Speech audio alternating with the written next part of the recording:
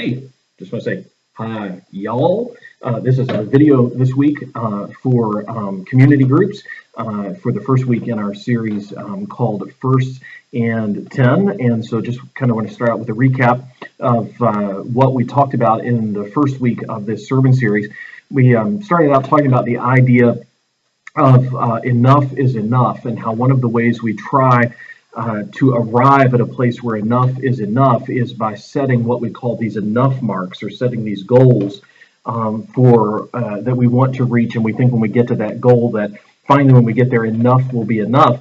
They said that one of the things that actually happens though is that we set those enough marks, and when we finally think we've reached one and we get ready to sort of put our foot down on that enough mark, we actually find that the enough mark has moved somewhere else. And we talked about how they never seem to move backward. They always seem to move forward. And so we end up in this process of always trying to gather up stuff and gather up stuff and gather up stuff to arrive at this place when we'll finally be able to go like, enough is enough. But we end up never arriving there because the enough mark is always moving.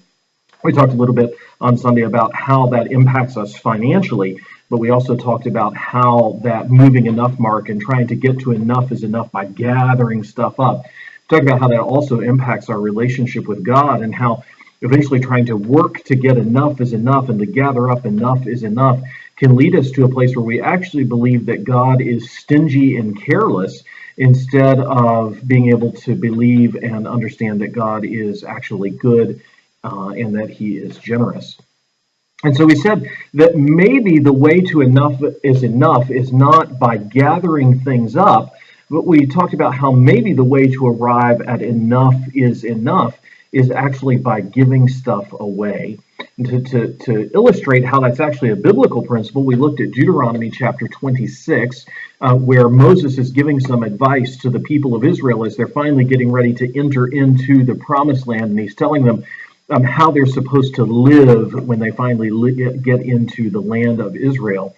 And he said they're supposed to settle in and build their houses and plant their crops. And when the first of their crops come in, they're to take 10% of those crops, and they're to take them to the place that the Lord predetermines. And initially that place is probably Shechem. Later on it'll be the temple in Jerusalem.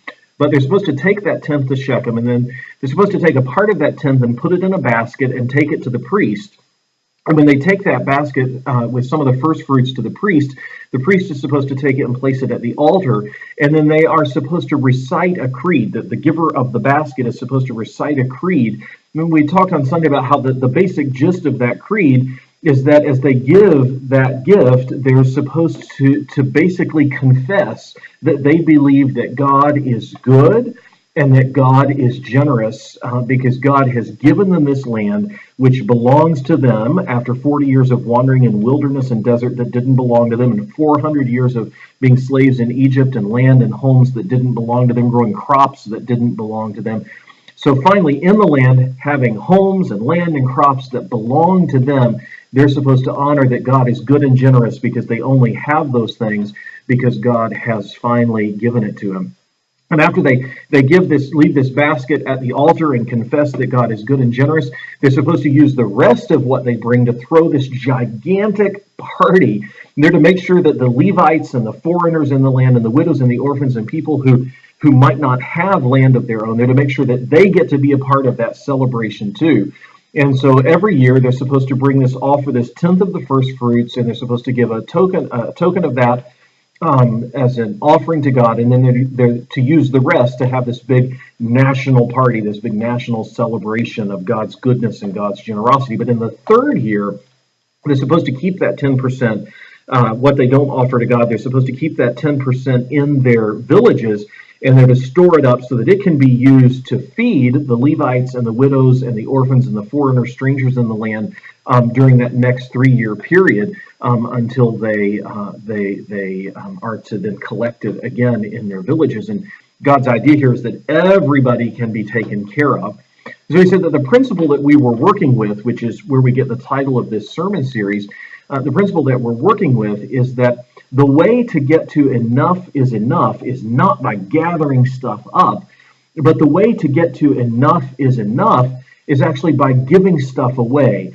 We talked about how Moses creates this idea, this principle, where we're supposed to give stuff away first and 10. Before we do anything else with our stuff, with our money in particular, for us in today's world, we're supposed to give it first, and we're supposed to give 10% of it to God's work, to the Lord. So we give on a first and 10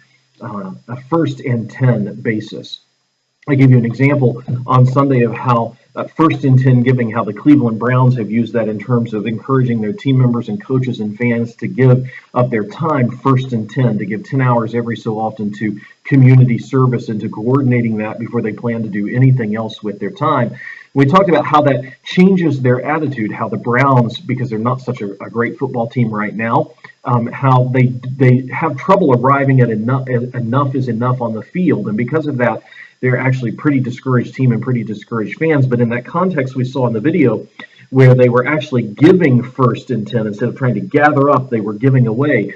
We talked about how that just kind of changed their whole attitude, and as they were working on that field with disabled kids, everybody, their fans, the team members, the coaches, they all had a sense of saying, yeah, enough is enough. And there was a joy and a sense of blessing in that. And that's the power of giving first and 10. And so I know this can be a bit of a difficult topic for people to think about and talk about, because none of us like it when somebody sort of goes to meddling in our money and in our financial affairs. But here are 3 jumping off questions for this week. So the Israelites inherited the land of Israel from God. And so take a few minutes tonight to discuss with your community group members, what is it that you have inherited in God through Jesus? Like, the land of Israel is not ours, right? That's not what we've inherited from God. But over and over in the New Testament, Paul and Peter and others talk about what we have inherited from God in and through Jesus. So what have you inherited from God in and through Jesus Christ? That's question number 1. Question number 2 for tonight is this: how does gathering up stuff, which we might describe as materialism, affect your relationship with God? Or how has materialism affected your relationship with God? And the follow-up question to that is this: how can giving stuff away or practicing generosity impact your relationship with God? Or how has it impacted your relationship with God? And the final question, which may be a little bit difficult for you to discuss in the context of your group, but we want our groups to be places where we can be open and honest and have sort of a non-judgmental environment and encourage one another. So the third question for tonight is this: how well does this principle of first and 10 giving describe your own financial giving? And so let's talk about that a little bit with your group. So that's our community group video for this week. And I started out by saying hi, y'all. So now I'll say bye, y'all.